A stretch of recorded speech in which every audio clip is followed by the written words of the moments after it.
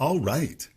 If you are on the amino acid struggle bus, let's take just a few minutes and review the important structural features of an amino acid and how we can use those structural features then and our knowledge of where they are at with the structural formula sheet to identify an unknown amino acid.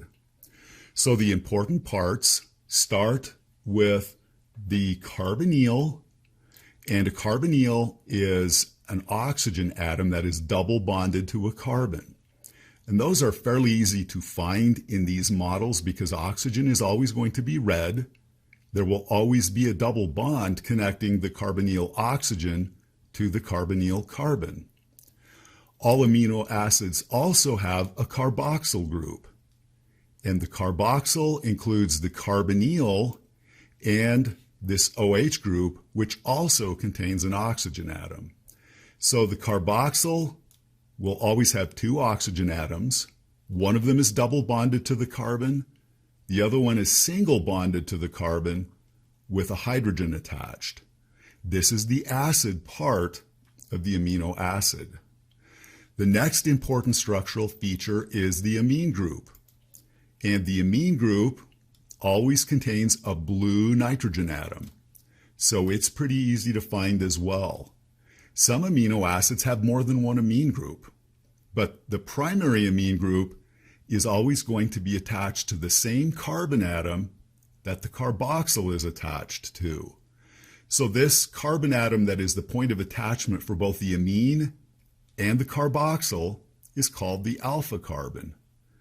The alpha carbon will also have a hydrogen atom attached, and then some other thing. The other thing is the R group, and it is the R group that determines the identity of the amino acid. So this whole business here would be the R group, and it is a carbon atom.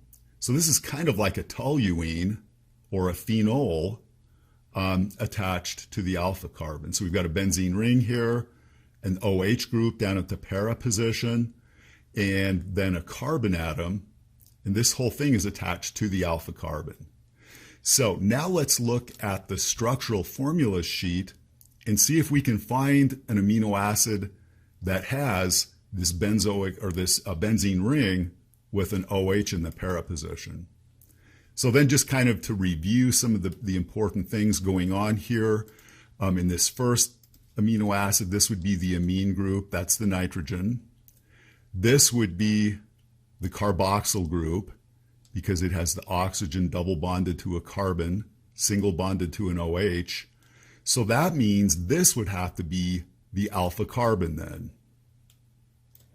And the alpha carbon is connected to this structure, which is not a benzene ring. So the unknown amino acid that we were just looking at would not be histidine. Phenylalanine is close.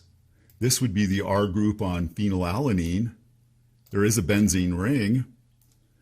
The R group on cysteine is this sulfur hydrogen group attached through a methyl to the alpha carbon. And down here we have like a secondary butyl group attached to the alpha carbon. This would be the R group on proline. Up here, this is the unknown amino acid that we were just looking at. So our unknown would be tyrosine because the R group is a benzene ring with an OH in the para position, all attached through a methyl to the alpha carbon. Well, I hope that helps.